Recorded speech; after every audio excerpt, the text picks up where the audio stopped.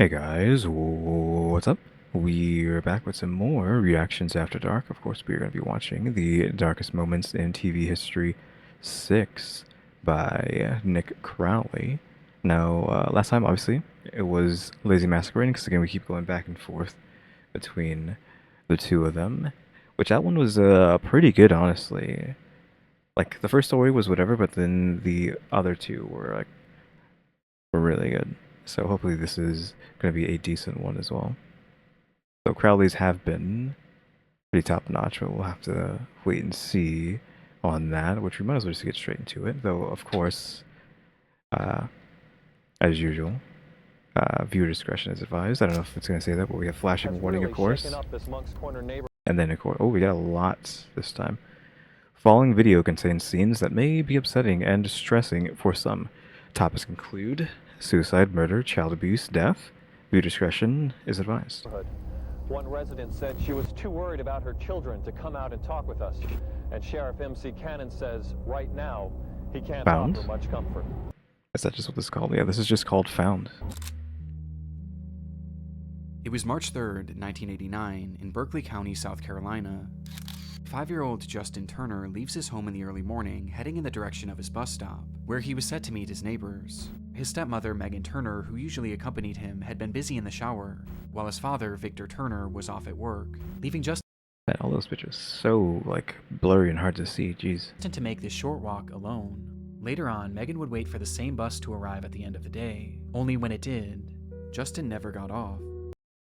Oh yeah, and as I keep saying at the beginning, before I forget, let me know if there's anything you want to see in this genre, after dark stuff, you know, dark stuff, maybe even like some cringy stuff, horror, SCP, etc. Because again, I am going to run out of content pretty quickly. Okay, like what, a week left or so, give or take, of videos. Also, we are on back on the other program. I can't make up my mind what program I want to use since I just don't have enough horsepower to use what I want to use. So this should be fine now, I think, right? In Just fact, stick with the according to the original. bus driver and the neighbors, he never even made it on the bus in the first place. That night, Justin Turner was reported missing, and the search to find him was underway immediately. It was the third day of the search, March 5th, 1989, that yielded its biggest turnout, with volunteers from the community banding together with law enforcement to help find the young boy, with the group being accompanied by a camera crew from the local Channel 2 station, as everyone shared the same hope that the child would finally be found. And so they were off, with many searchers directing their focus on the nearby woods, while others, including Justin's own family, would search closer to the property as well as its neighboring land. I mean, he got on the bus to go to school, right? We're talking about a school bus. And he wasn't on it, so they're looking for in the forest. I mean, sure, that's usually where these big manpower searches go to, but is that where he's gonna actually be? This Also, this is called Found. What is that gonna end up meaning in the end? included rummaging around various sheds and piles of trash, as they were made to leave no stone unturned that day, with everyone geared up for a long, grueling day of searching. Though in the end, all they needed was a few minutes.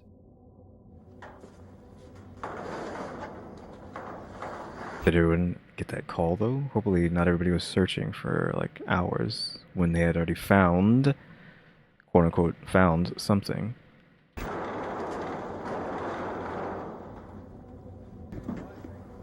Something's in there. Nathan, let's No have her. camera, no camera. Where is he at? Where is he at?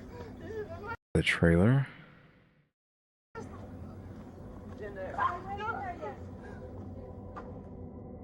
With the cameras rolling, we see the moment that Victor Turner discovered his own son, stuffed inside an old cabinet in his own camper, with his reaction making one thing very apparent. Justin was no longer alive. The footage Okay, so I don't know if they told us if this guy's related or not, but is this the dad or what? But he's in his own camper, no longer alive. Obviously, you're going to be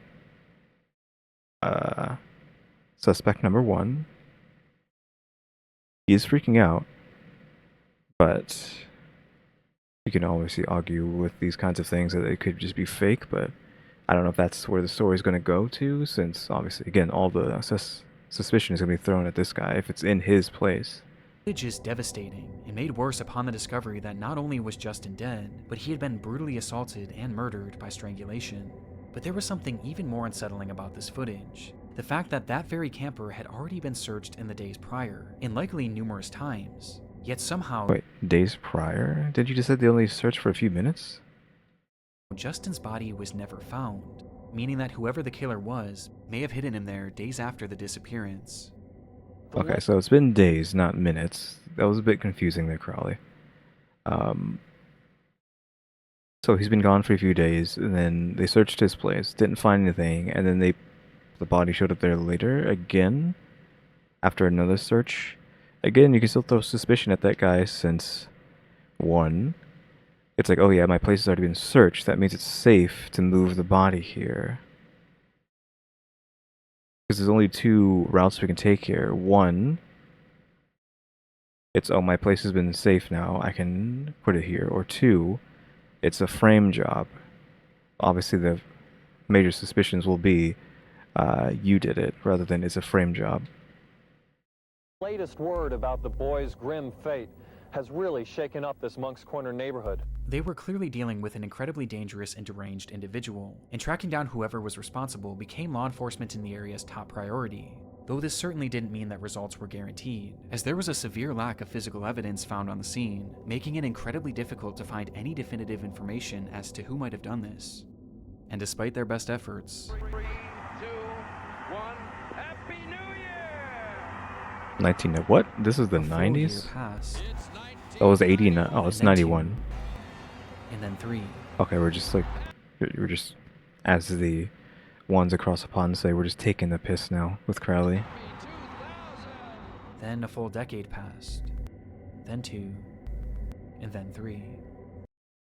30 years out of just nowhere. Again, I almost want to like restart this story just because. Yeah, let's roll back for a second, because the way this has been splayed out, to me at least, has been confusing with how he's... Maybe it's just this part here, we need to know this part. Cannon says right now he can't offer much comfort. It was March 3rd, 1989, in Berkeley County, South Carolina. 5-year-old Justin Turner leaves his home in the early morning, heading in the direction of his bus stop, where he was set to meet his neighbors. His stepmother, Megan Turner, who usually accompanied him, had been busy in the shower, while his father, Victor Turner, was off at work, leaving Justin to make this short walk alone. Okay, so Victor Turner is the dad, and the trailer was Turner's, so was Victor's. So, kid found in father's trailer dead, no suspicion laid onto the father? Huh? That helps with the thing, but again, like, why is no one looking at Victor? That's just almost always, like, the number one suspect. A full decade passed, then 2, and then 3. From the start, Justin Turner's case was ice cold, and in the end, it seemed clear that it would remain this way forever. Again, how is it ice cold? I mean, even if they got it wrong, I feel like they almost always just will throw whoever is the closest into the slammer, right? Which would be the dad. It's his place. But maybe he could just get away because like there was enough evidence, like they said. But again, like we're not even like entertaining the thought that it was him. It probably wasn't, just because I'm going on and on about it. But until breaking news this afternoon out of Berkeley County as the if this is 2020, there's no way this video looks this bad. Like Crowley like made this video look like it's from the 90s. Berkeley County Sheriff's Office has made 2 arrests in the Justin Mom and father, both the parents. If we're going with 2. Turner case. The Berkeley County Sheriff's Office confirms that yesterday they arrested Justin's father, Victor Lee Turner, and his stepmother, Megan Renee Turner. Oh yeah, both parents. In the upstate, both charged with murder. 35 long years after Justin Turner's body was discovered, it would be the very man who found him that was charged for his murder, along with his wife and Justin's stepmother. This supposedly came as a result of improved forensic technology, They're so old now. as well as other information that had previously been unreported, like one account where stepmother Megan had been overheard talking about how she and Justin had gotten into a fight that very morning, with the woman eventually laughing about it and saying, "But I won that fight." From the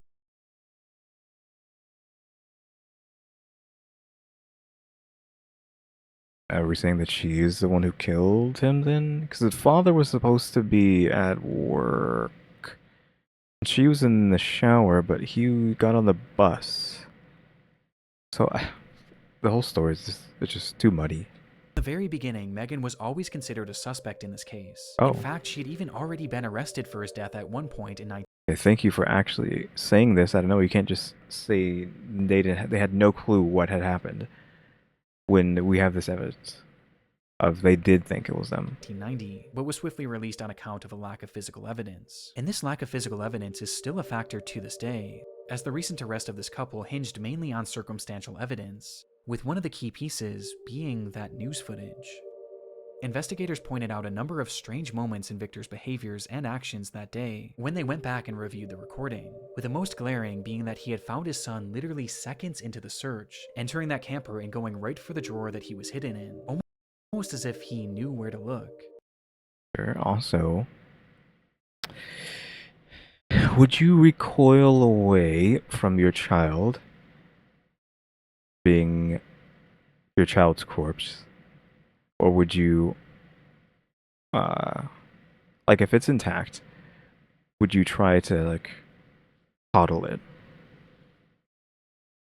Because he immediately like walked out. He found it, walked out, then sat outside. And just left his child in there. I mean, maybe they were telling him to do that, but would you not just like grab your child and hold them, even if they are gone? I mean, obviously, especially if they're gone, instead of just repelling out of there as fast as possible. I don't know. And I mean, it just depends on the person, right? How? Own the property and he owned the camper. It makes more sense. That's not really anything crazy. That's not evidence, but it just seems that him immediately getting out of there just seems suspicious to me. Almost as if he knew where to look. And given that he owned the property and he owned the camper, it makes more sense as to how Justin's body could have seemingly just appeared there, as he and his wife were the ones who had the easiest access to it. On top of this, upon finding Justin, Victor didn't rush in to check on his condition, and he seemed Yeah, that's what I'm saying. to just assume he was dead despite only getting a quick glance. He didn't rush to hold him, he didn't yell out to him, he just backed away and told those around him that he had found his son. That's what I'm saying. That's what I'm saying. Like he just recoiled out of there instead of like, you know, embracing his child. Shortly after, it's alleged that Victor asked a detective on the scene what would happen if a family member had done this. And y'all didn't think it was more suspicious than that? Well, I mean, if you, that's like the, you know, what if I like this, or not me, what if I know someone who likes this one person, like what do I do to try to help them, this person who likes this other person, and that's definitely not me. It's like one of those questions, but I feel like the mom maybe did it. Like there's a little bit of truth to the question. Like it's not that fact that he killed him. It's just that the mother killed him, and now he's like asking what would happen if a family member did it. Because it in fact was possibly the mom. With this question supposedly being posed before it was even revealed that Justin had been murdered. The sheriff on the case later proclaimed about the footage, "You look at it, you look at the actions, you look at the body language. I'll let the people draw their own conclusion." On top of this, the same sheriff also recalled that right after the body was found, Victor and Megan basically refused to ever speak to detectives again, and they never once called in to check on the case for the entire 35 years. With the sheriff saying, "Nobody that I'm aware of from any of the family has ever heard from them again. I never got one phone call. Not one phone call from his daddy or his stepmother. What are y'all doing about my son's death? Not one. What does that tell you?" Watching the moments that Victor found his son's body, now knowing the context, disturbing doesn't even begin to describe it. And the fact that it took 35 years for this couple to finally be placed behind bars is baffling. But But things were about to get a whole lot more shocking. they'd not do it somehow. I mean, maybe they didn't. I know that's what I was saying. I was harping on the fact that it was them so much that it possibly wasn't them. During our hearing, we requested that the charges against Megan and Vic be dismissed. We were very fortunate today that we got a copy of the order from the judge dismissing the charges against both Megan and Vic. As on June 7th, 2024, months after their arrest, Victor and Megan were released from prison and all charges against them were dropped, with That's almost like a year ago because it's June 3rd right now. the judge citing a lack of any new conclusive physical evidence, as well as the fact that nearly 20 people who were initially involved in the case, including witnesses and those who initially provided key testimony, had since perished, with the judge believing that it was now impossible to get the full story.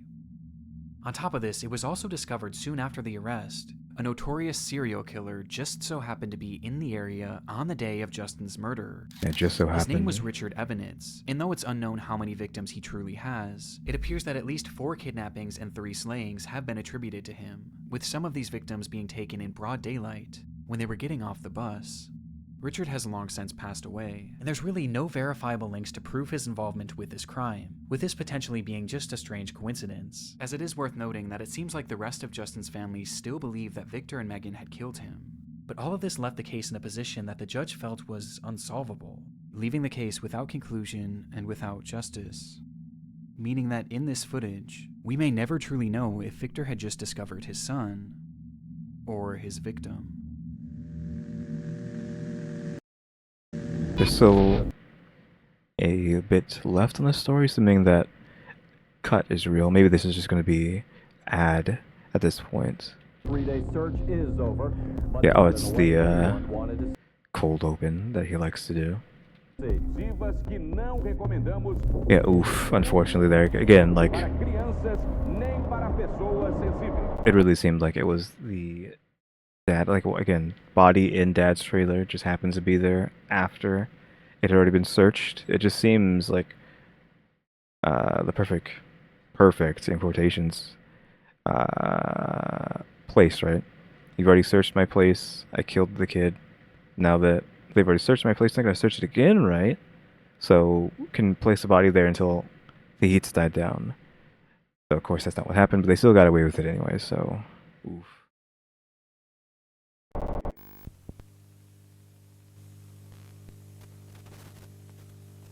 Six. Oh, because this is the 6th episode. Recently I discovered something truly distressing. Still a lot of time, so this is probably the ad. I was being Netflix. double charged for Netflix. What? It turns out that I was paying for an old account that I didn't even realize was still active for well over a year, and I only You making so much money that you didn't know you were paying that money? Jeez. I mean, again, he must be making a lot of money to not notice being double charged.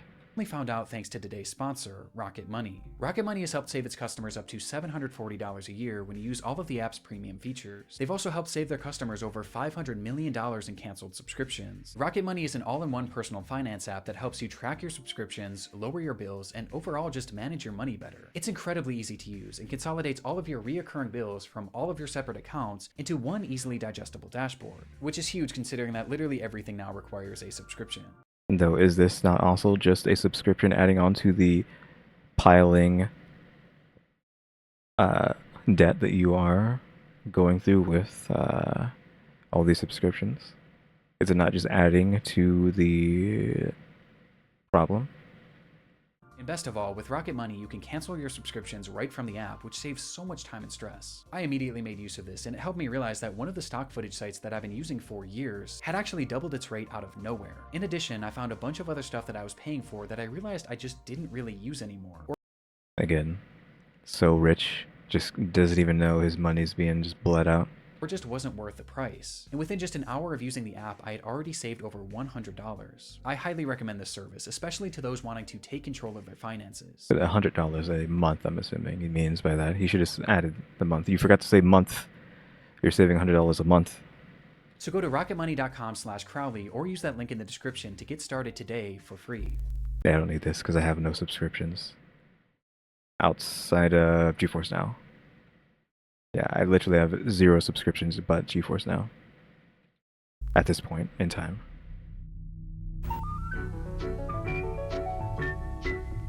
George George and his friend, the man with the yellow hat, were Dropped. going on a camping trip. This is a beautiful spot to set up Oh, we have Curious George. This is just called Drop. There's no other thing than that. Camp George. George turned around and saw something scary.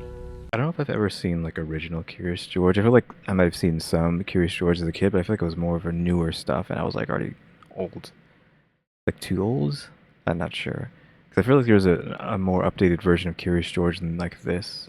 Though again, Crowley is just like slapping 50 filters, VHS filters on this to make it look as bad as possible. It was a thin trail of smoke. There seems to be something innately Discovery interesting Channel? about survival shows. For Oh, decades, audience that was Bear Grylls, I think. I mean, hard to tell, because again, the 5 gajillion VHS layers that Crowley is applying to this video for some reason. audiences have been enamored by depictions of people pushing themselves to the limit in order to survive harsh and almost inhumane conditions. Most notably, and one of the more tame examples, is Survivor, which no doubt popularized the genre, as it isn't just a staple of television in the US, but all the other countries that have since created their own versions of the show. In France, the show is called Koh Lanta, and was created back in 2001 by the company Adventureline Productions, or ALP for short. And by the year 2015, the show was one of the most popular in its market, having seen 13 successful seasons. And so, riding the high of this impressive feat, ALP decided to try their hand at a new show, one that was far more daring. Hur fasen ska detta gå?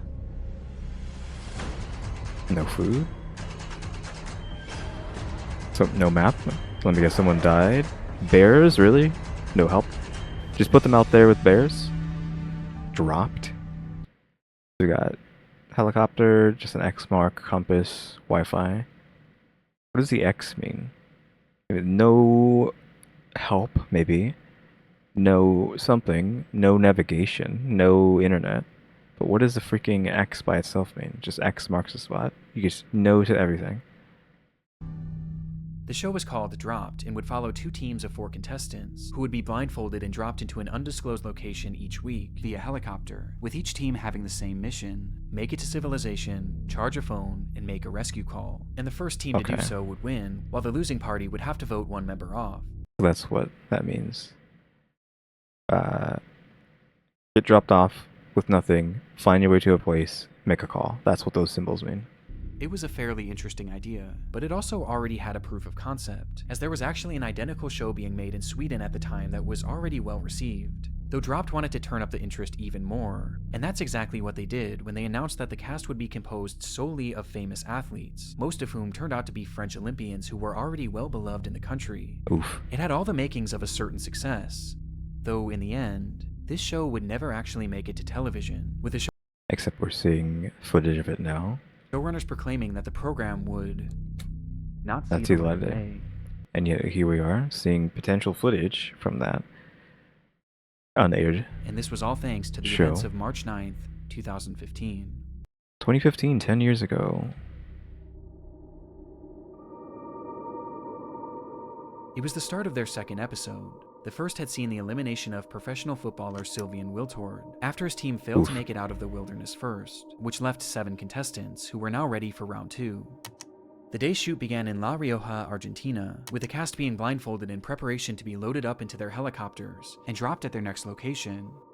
Olympic gold medal swimmer Alan Bernard was one of the first to step onto the craft, but was quickly told to exit, as his team had been the first to be dropped in the last episode, meaning that to make it fair, it was time for the other group to go first, thus giving them slightly more time, and so he stepped off the craft and waited with his group, as the other team instead loaded in.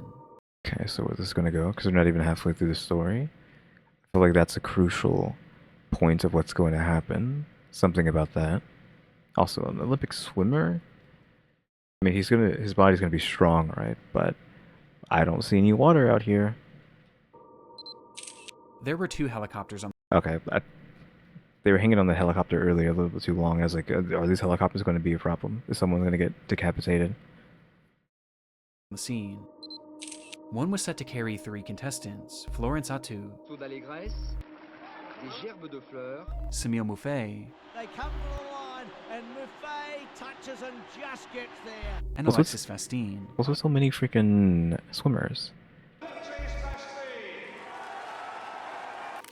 Now we have like a boxer. Gonna box the nature. along with a crew member and one pilot. Meanwhile, the other craft was strictly for the crew, holding 4 production workers as well as a single pilot, with Alan Bernard and his group staying on the ground with their backs turned to the craft, as they eagerly anticipated the return of those helicopters to then take them. And so, with their blindfolds on in the pitch darkness, the team listened, as they heard the sounds of the crew cheering on a successful takeoff, though the cheering would be cut short by an awful sound. An explosion? The sound of crushing metal. It fell.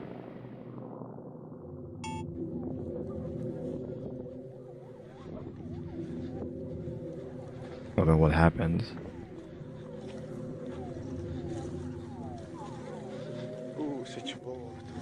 That sound in the background. There's like some warbling in the background.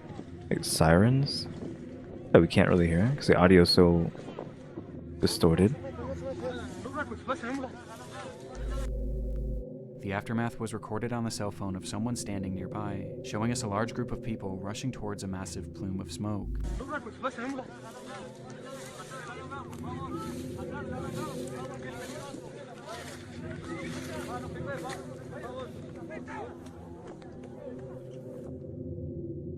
Where they would find the remains of one of the aircrafts, mangled and reduced to an unrecognizable mass of steel. One of the aircrafts. Both of them go down? With none of the contestants being able to make sense of what had just happened. It's very possible that the incident itself was captured by the production's own cameras. However, yeah, of course it's not going to show you that. This footage has never and likely will never be released. Though coincidentally, they weren't the only ones recording, as someone watching nearby just so happened to be filming the takeoff of these 2 crafts, showing us the reality of what had just transpired. Actually, there's no way you're going to show us what happened. They crashed into each other. They're getting pretty dang close to each other. Trees? Why are they getting so close? And they hit. Just as the 2 aircraft... Was it because it's too windy? It seemed like it was pretty windy out there, so were they getting blown in one direction and they weren't correcting enough? Crafts had taken to the sky. The second and lowest helicopter began rapidly ascending, with the pilot seemingly failing to realize that the other craft was directly above them, causing the 2 to collide, and then plummet to the ground below. In the end, 10 people went into the sky, and none made it down alive. Including the contestants? Because they were blindfolded on the ground, right? Were the contestants in the airplane? Again, we got lost in the sauce there with him describing who was where.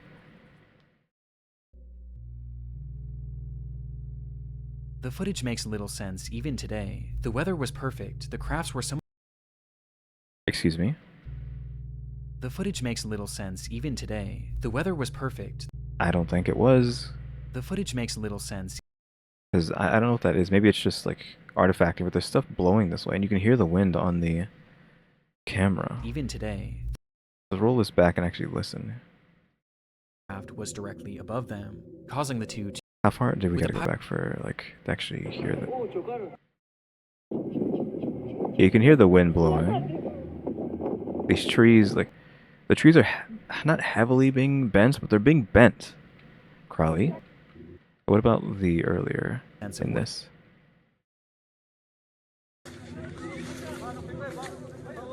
I mean, the smoke's blowing to the right, and you can kind of hear the wind blowing here too, but again, I don't think the weather was perfect, Crowley. I think that is not... Okay, I don't think the wind caused this, per se. It was an idea, though, but like... The footage makes little sense even today. The weather was perfect. Again, because it was not perfect. It was blowing strongly, I'll say. The crafts were some of the best in the world, and both of the pilots not only had 30+ years of flying experience, but they were both flight instructors themselves. Not to mention that the show's security coordinator, who was in charge of facilitating the takeoff, had actually worked on the Swedish version of the show, and had ample experience in this exact situation. And yet, this is how it ended. It was eventually determined that the higher helicopter was likely flying out of visual contact from the lower helicopter. Course. And that the pilot of the ascending chopper likely just didn't realize how close they were, with reports also indicating that he may have been distracted by the actual filming process, something we've tragically seen before. Yes, this is a situation where two news choppers, I think, were filming a crime, like a Grand Theft Auto or something, and they collided in the air and then crashed, and oof. We don't know what has just happened right there. And because of this, it appeared that at least some pilot error was to blame. But it was ALP that was found largely responsible, with alleged serious safety oversights being discovered later on, with it appearing that this crash was the result of multiple small factors coming together to form one catastrophic accident. After the incident, Dropped was swiftly cancelled, while the team that had so narrowly avoided getting on that flight and in turn likely having perished themselves were left in complete and utter shock, forever changed by the accident. With Alan Bernard, the man that's said to have been physically on that doomed craft for a split second, later recounting that... Okay, so yeah, there was a team of athletes on there. So one of the teams died. One of the teams, and of course the pilots and all that, and assuming the film crew and whatnot. But this guy's team got to live literally because they won the last thing. Is because they won, they got to live. There was a life before and after Dropped, because you don't come out of such an accident unscathed. In the end, AOP was indicted on manslaughter charges and found to be an inexcusable fault for the disaster, though it doesn't really seem like they faced any sort of actual legal punishment, with the company continuing their work on other programs to this day. But one thing that I was surprised to find in my research was that AOP is actually no stranger to the world of disturbing television moments. In fact, they had experienced one just a single year before this accident. Well, the next thing's about to start. You're gonna roll into that? Yeah. Koh-Lanta, so... As mentioned previously, AOP was already quite versed in the world of survival television, as they had run 13 successful seasons of Koh-Lanta. Though what I failed to mention is that the company had actually produced 14 seasons. Or at least they attempted to. It was season 13, during the very first day of filming, when contestant Jara Baban collapsed after the show's second challenge, with the show continuing to film as if nothing happened.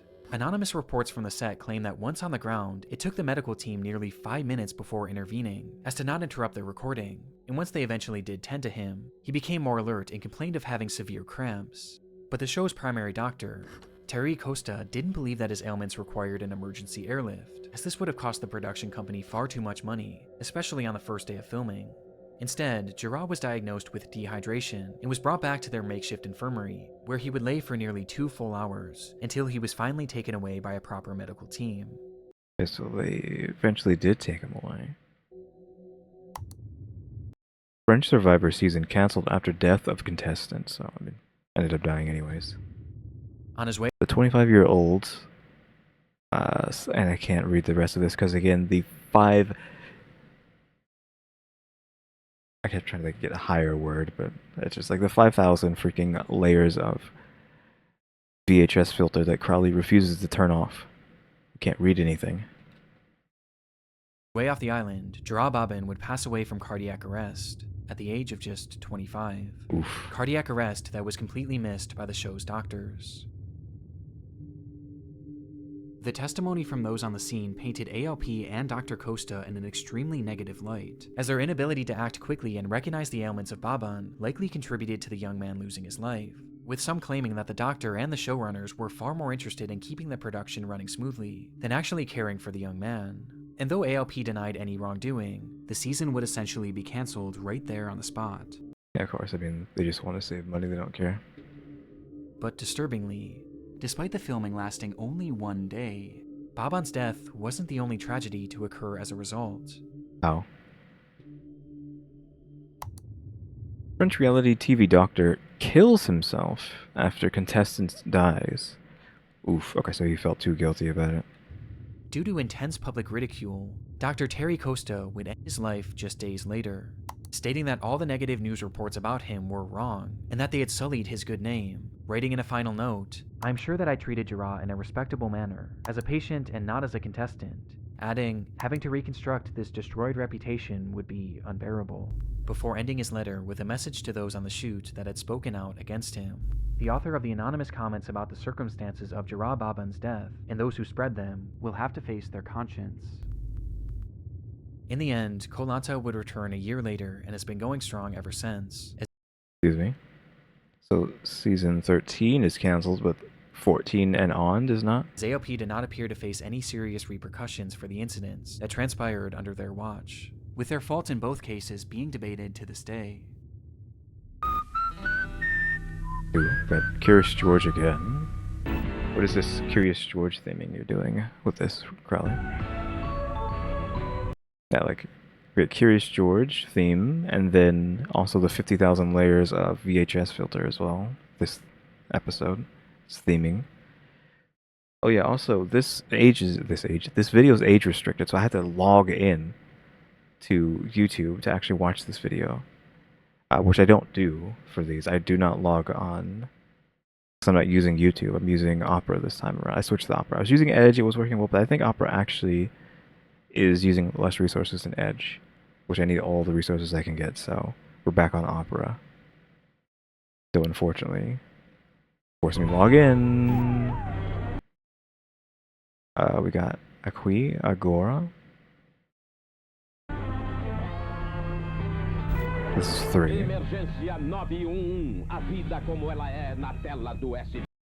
there's one more after this. It's July 5th, 1993. Wow, some actually nice, crystal clear B-roll stock footage in my Crowley video. In downtown Sao Paulo, Brazil, a doorman working at a busy office building looks up to the sky and notices a woman sitting on top of the structure, her legs dangling 7 stories above the pavement below, one wrong move away from certain death. Precisely what she wanted. The man calls the police immediately, though surprisingly they wouldn't be the first on the scene, and instead they were beaten by a camera crew. Why? The group is from the show Aqui Agora, a news program from the network SBT that had become notorious for their sensationalized and shocking stories. In their history, they had captured live footage of police riots, kidnappings, and even murders, which they would then broadcast on air as part of their show. Is that legal? I mean, it might be legal where they're at, but... And this unfolding situation was their content for the day. That's kind of just like news. Modern news, but like modern is like too weak of a word because it's been going on for a long time. It's been going on for decades, right? Where the news just has to keep bringing you news on like more and more graphic things to try to keep your attention. And instead of just like letting you know what's going on in the world, they have to keep trying to shock you to keep coming back to get that dopamine hit of it being shocked.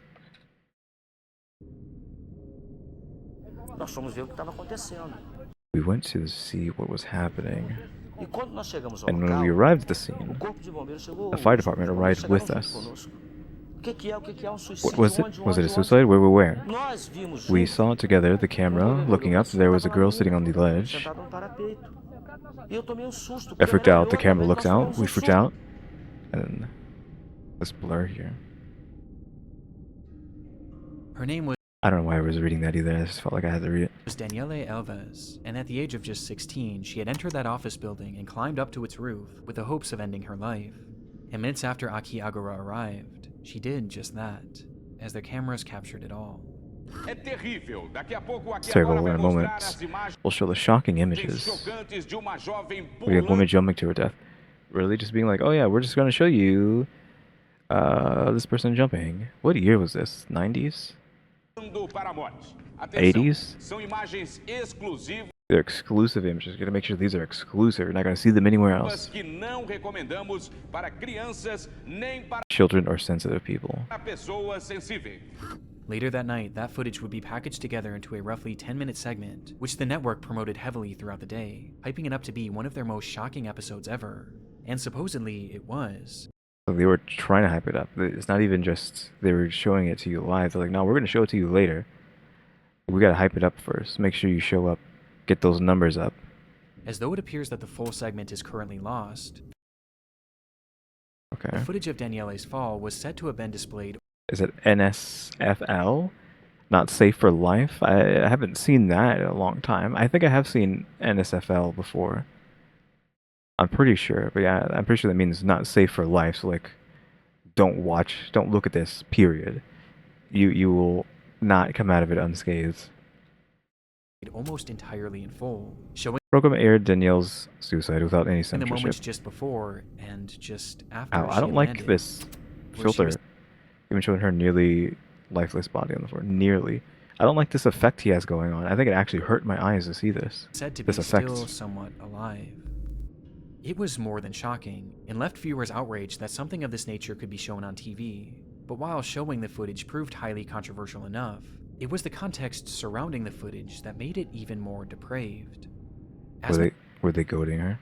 mentioned previously, police were called to the scene to assist in efforts to help Danielle Alves. Yet the first to arrive was that Aki Agora news crew, and this wasn't a coincidence. Yeah, it's like, how did they know? How did they get there so fast unless they knew it was going to happen? They were all about capturing events as they unfolded.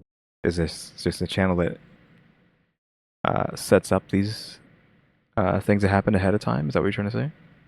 Like they know about all these horrible things happening because they're orchestrating them from the get-go? And in order to be the first on the scene, they actually tapped into the police scanners, monitoring all of the calls and information being passed through officers in order to... Though, tapped into the police scanners, you can just have a police scanner. I don't know if that's illegal or not, because we may or may not have had one when I was young. You can't confirm that. I'm not saying we had one. I'm just saying we may or may not have had one, but who knows? So I don't know if it's illegal to have one of those, but you often see it in movies, right, where someone just happens to have a police scanner. To get leads on potential stories, which is how they got word of this incident, hearing the calls and speeding over as quickly as possible. It wasn't illegal per se, but it surely wasn't ethical either. Okay, so it wasn't illegal to have a police scanner then, back then, in this country. And this was only the start.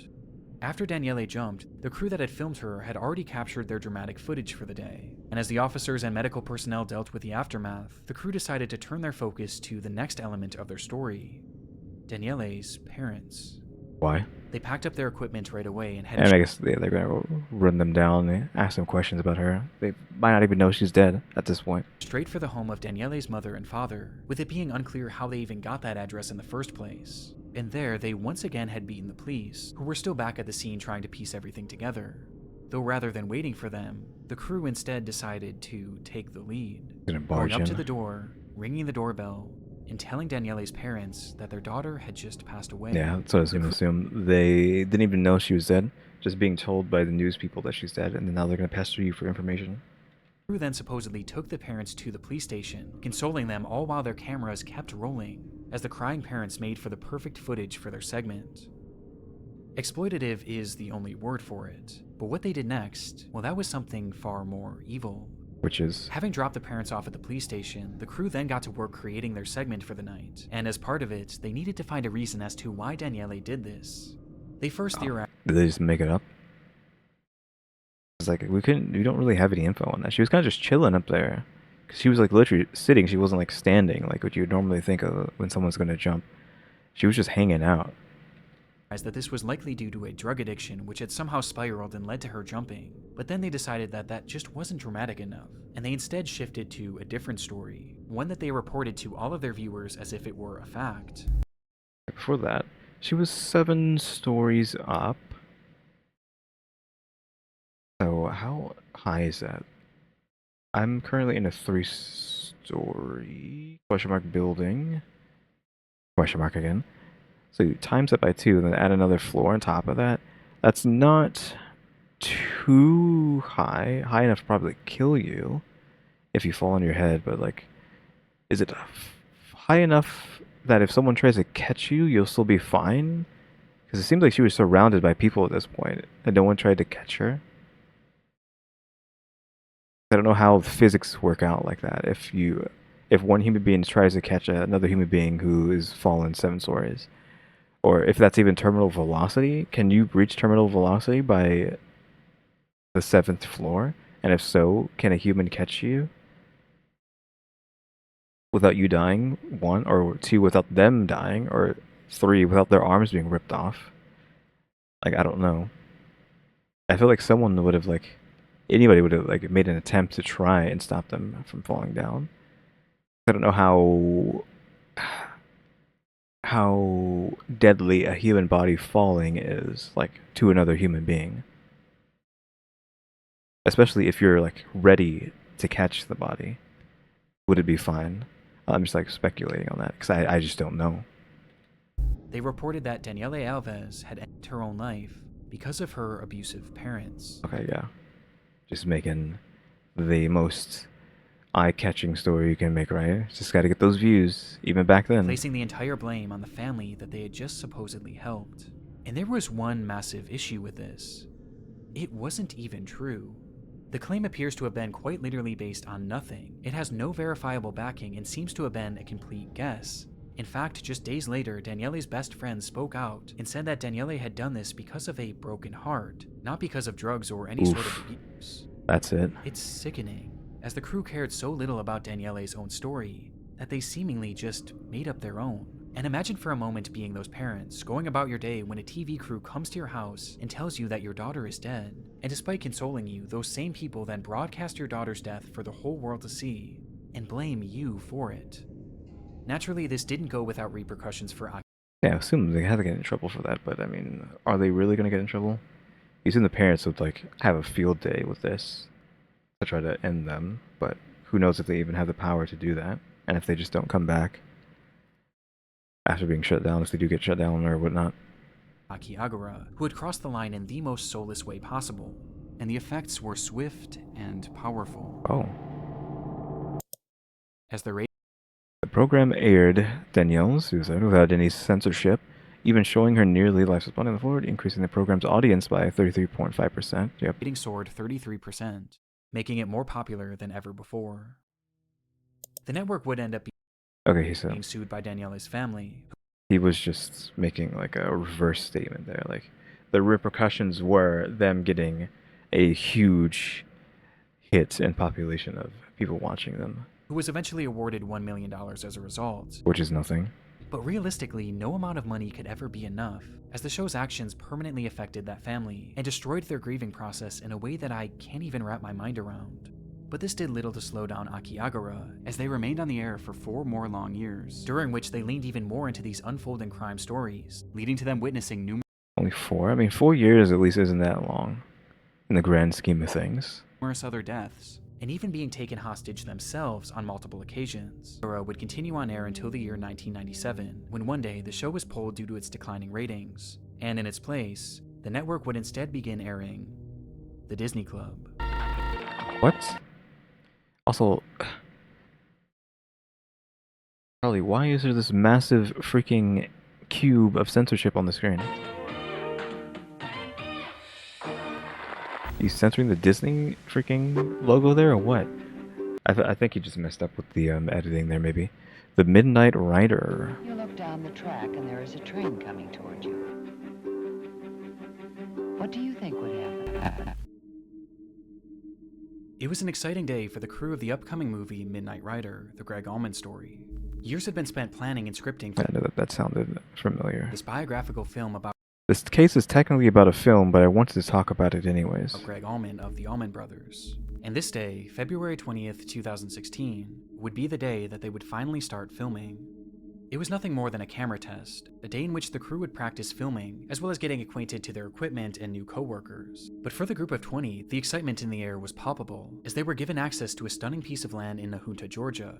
So stunning, in fact, that the film's director, Randall Miller, just couldn't wait to begin the actual process of filming. Slicing through the property was an old railroad that had crossed over a scenic bridge raised high above the Altamaha River, the perfect location for a shot that Miller had been envisioning. It was set to be a dream sequence where Allman's character would wake up on a hospital bed in the middle of the tracks and see a vision of his brother, and it was a shot that Miller just had to have. Well, it looks like we have gotten that shot because we're looking at it right now. But how could this have gone badly? Someone get ran over by a train? These trains can't stop that fast, so they probably have already pulled, I think that's how it goes, right? They have already pulled the brake to try to slow down like a million years ahead of time, and you still will get obliterated. It just takes that long to stop. However, there was one major issue. The crew was given permission to film on the property, but not the actual railway, as this was owned by a separate company named CSX. And when Miller asked them for permission to film the shot, he was denied multiple times, as these tracks were still very active, making it far too dangerous. But being on location and seeing that bridge, Miller couldn't help himself. And so he directed his crew to set up the scene anyway, believing that they could quickly steal a shot without anyone noticing. Miller had supposedly done his research too, and discovered that only 2 trains were set to roll through the area that day, and he knew the general intervals in which they were supposed to pass. I feel like knowing that is fine, but you need to take it a step further and have like a connection, like a relay of people, like I don't know if even a mile is like far enough, like a few miles in either direction, relaying information from one to the other. Like you need like a huge spread of people going all the way down the line of this train track, telling you, hey, there's a train coming. I'm person at spot 2A, which is like, let's say 5 miles away. Because you don't know how fast they're going, how many miles per hour these things are going. So you need like at least like a good set of space between. So let's say 10 miles either side, you need to have people spread out so that they can have alerts ahead of time so you can just get the heck off the train track. Not just being like, oh yeah, we know the train's not supposed to be coming during this time, we'll just have everybody here. No. Should have had them spread out across the tracks. Based on this, he figured that those trains wouldn't arrive for a few hours. Like not on the tracks, but to the side of the tracks, watching for a train to come. Giving them more than enough time to film the movie's very first scene. And so they quickly set everything up, rolling out a metal hospital bed and placing it towards the center of the bridge, with Miller assuring his crew that this was in fact safe, and that they had nothing to worry about, as the camera began to roll. Minutes later, the bed began to shake, and the silence around them was shattered by the sound of a whistle. Like if you hear that, you immediately would just be, okay, I'm out. I'm jumping off the side. Because it's not that far down. Better jump off the side than get ran over by a train. Before them was an unexpected third train, heading straight for the bridge that the entire crew was now on. Miller had gotten the schedule wrong. At this point, the crew was filming a considerable distance into the bridge, but the shortest and really only route to safety was to go towards the oncoming train, and so that's precisely the route they took. And as they did so, there was little panic within the group, as rather than rushing to safety, they all seemed more focused on retrieving their equipment, believing that they had more than enough time to salvage everything. As after all, losing this expensive equipment on day 1 would have been devastating for the production. They likely had no idea that from the sound of that first whistle, they had just 60 seconds until the train would cross that bridge. It's like how it's coming towards them, so the sound is louder, right? Sound in motion? I don't remember how it all works, right? But sound in motion coming towards you is loud, but it going away is like very quiet. I don't know how that played into them not understanding how close this thing was. Whether they were off it or not. As they began to realize just how quickly the train was approaching, their movements became more hurried, which is where one major You problem can see the train there. It's actually not very far away. That's like what, 2, maybe 300 feet away, maybe a bit more. Like it's just 300 give or take. I feel like the position that they're in right now to this line is like 100 plus feet, and then you double that in the distance, and then just add another 100 just for good measure. So it's like a 300 plus, give or take. So they don't have very much time, like you said. heard. That metal hospital bed. It was incredibly heavy on its own, and though it was designed to roll, its wheels kept getting caught on the tracks. And worst of all, it was set up horizontally, which essentially turned it into a barricade. So roll back a bit so we can see this a bit better here. I don't know how big the train is going to be and how much space it's going to take, but there is space here on the side there. So they could just like hug this as hard as they possibly can. Don't care about this. Just hug this as close as they can. Maybe kick this up so if it gets hit, it doesn't come back and hit them. But Like, just hit here, or like get on the other side of this. Like, if you can't get to here fast enough, get to here, then hop over this fence and dangle off the side. Like, hold on to this even. Like, put your hands here and you just hold off, like, lean back. Again, you could just jump off of this too. Like, we saw the bridge, it's not that far down. Like, if you absolutely have to jump off this bridge instead of going towards it. It was incredibly heavy on its own, and though it was designed to roll, its wheels kept getting caught on the tracks. And worst of all, it was set up horizontally, which essentially turned it into a barricade. And despite their best efforts to save everything, their time was up, and as the camera continued rolling, the train would arrive. Yeah, that guy got out.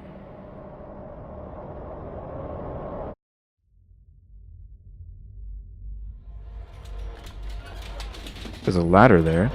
Even they could have, like, again, got off the side and clung to the ladder. I mean, it's not that far, because just jump.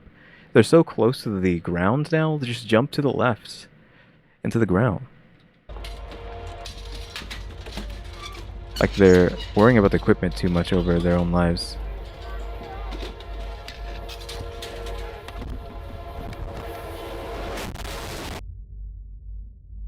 At this moment, the train itself also had a camera rolling, which showed that even in those final moments, the crew was still trying to salvage their equipment.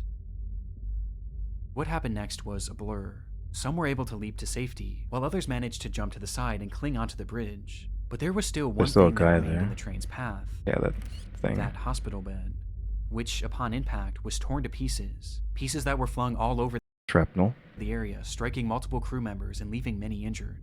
That's what I was saying. They should have, like, if with my idea, they also needed to kick that thing forward somehow, so that when it gets obliterated, they don't get hit by it. But it was 27-year-old filming assistant Sarah Jones who was struck by the largest fragment, with a force so strong that it caused her to fall directly in front of the train. In total, 7 crew members were hurt but alive, while Sarah Jones had tragically been killed.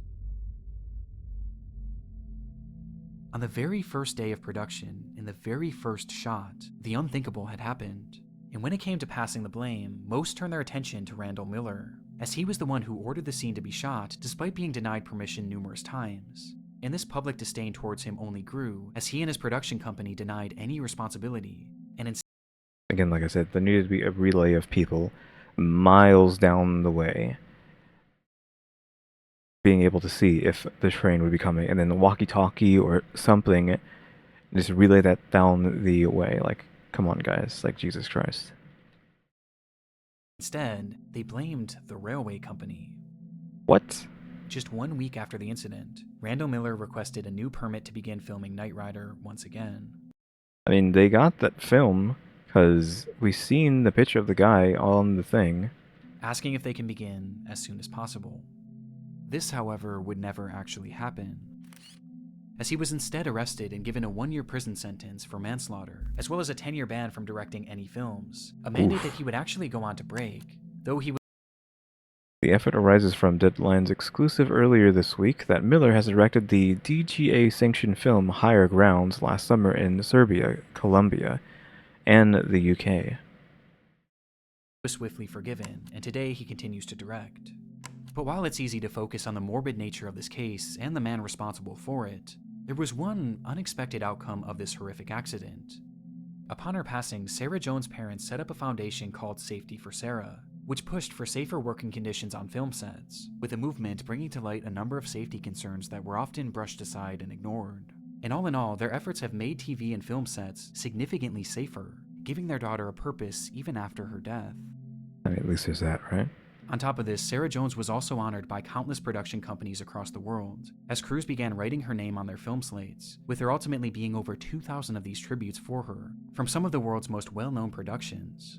But by far the biggest tribute was when she was honored at that year's Academy Awards ceremony, a stage that she always dreamed of making it to. When you saw her name up on the screen at the Academy Awards, what were your feelings? Overwhelming. She made it to the Academy. She made it. But again, at what cost, though, right?